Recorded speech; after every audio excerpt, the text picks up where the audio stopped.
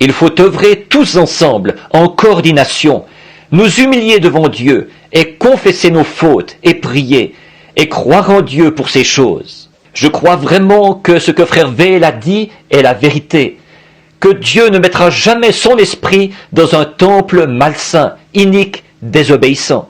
Non, il doit venir en nous par la voie de la purification de nos cœurs, exempts de toute fraude et de toute iniquité, pour que nous soyons purs devant Dieu, pour qu'il puisse faire agir à travers nous son pur Saint-Esprit, pour accomplir ces choses. Je pense que quand vous rentrerez chez vous ce soir, si vous lisez le petit livre de Jude, vous y apprendrez beaucoup de choses sur ce que frère Veil a dit.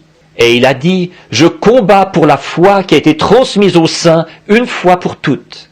Il s'en était éloigné. Là, des hommes corrompus d'entendement et tout s'étaient introduits et, par leur tromperie, ils les avaient éloignés des vraies choses de Dieu. Et Dieu ne peut agir que dans la mesure où nous le laissons agir. Et il y a tant de choses merveilleuses que vous savez, les gens veulent avoir de la puissance, mais en réalité, ils ne savent pas ce qu'est la puissance. Voyez-vous, ils ne savent pas en réalité ce que ça implique. La façon de monter, c'est de descendre, toujours. Si vous voulez avoir de la puissance, voyez jusqu'où vous pouvez vous humilier. Débarrassez-vous simplement de toutes vos pensées du monde et humiliez-vous devant Dieu. Et alors, vous aurez plus de puissance que l'homme qui court partout dans la salle et qui fait beaucoup de bruit. Voyez-vous, parce que vous aurez été capable d'avoir le dessus sur vous-même et de vous remettre entre les mains de Christ, vous voyez, de vous humilier devant lui. Voilà la véritable puissance. Montrez-moi une église qui est humble, vraiment humble, sans aucune arrogance. Une église vraiment douce et humble. Et moi, je vous montrerai une église qui a la faveur et la puissance de Dieu en elle. C'est vrai. C'est ça qu'il faut. L'humilité. Nous humilier devant Dieu. Laisser simplement Dieu agir à travers nous. On n'a pas besoin de faire beaucoup de bruit. Quelquefois, comme ce que racontait le cultivateur, quand s'en allant au champ avec son chariot, à chaque chaos, ça faisait un bruit de ferraille et tout. Mais en revenant, il y avait le même chaos, mais ça ne faisait pas de bruit du tout, parce que c'était chargé de bonnes choses.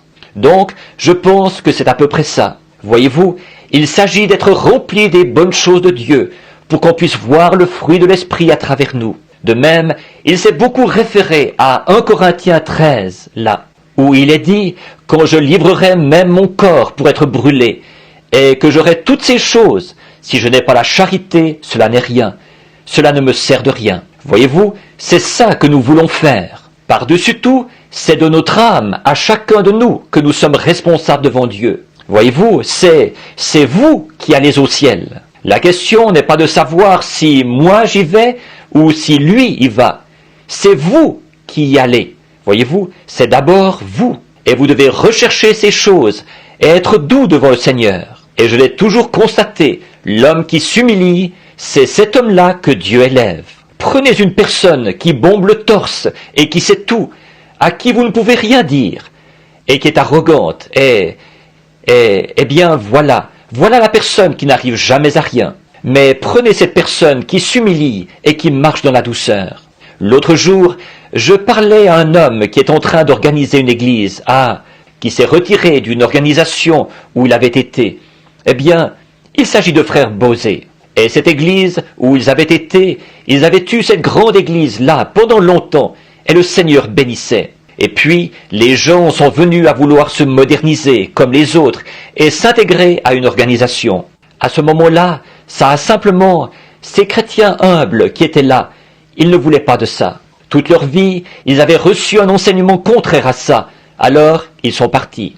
Maintenant, ils ont un groupe, et le Seigneur les a bénis, au point qu'ils vont maintenant de nouveau s'installer dans un grand bâtiment. Une église qui peut accueillir environ 4 à 5 000 personnes, là, et ils recommencent. Et ils sont venus me voir, ils disaient « Frère Branham, nous étions assis là dans le bureau de l'église l'autre jour. » Et ils disaient, l'un des conducteurs, frère Carlson et les autres, ils disaient « Qu'est-ce que nous devons faire ?» J'ai dit, trouvez un berger, un homme qui n'est réputé dans aucune dénomination, qui est simplement un très bon frère, véritable, doux, humble, qui mène la vie qu'il faut. Dieu s'occupera du reste, voyez-vous. J'ai dit, un bon pasteur qui va simplement nourrir les brebis, et être humble et tout. Dieu fera le reste. Si vous, pas un gros je sais tout qui va venir là, qui va mettre ceci en ordre, et ceci doit être comme ceci, et tout chambarder. J'ai dit, ça ne marchera jamais. Vous venez d'en arriver là. C'est ça, toutes les pièces dans l'église doivent œuvrer ensemble, et vous devez continuer à jouer votre rôle, pour qu'on puisse voir à quelle heure nous vivons. Nous sommes peut-être plus proches que nous le pensons. Donc, nous aimons frère Veil, n'est-ce pas? Que le Seigneur vous bénisse, frère Veil. Merci. Et nous remercions le Seigneur de nous avoir apporté ce grand message ce soir. Et j'ai reçu une note il y a quelques minutes.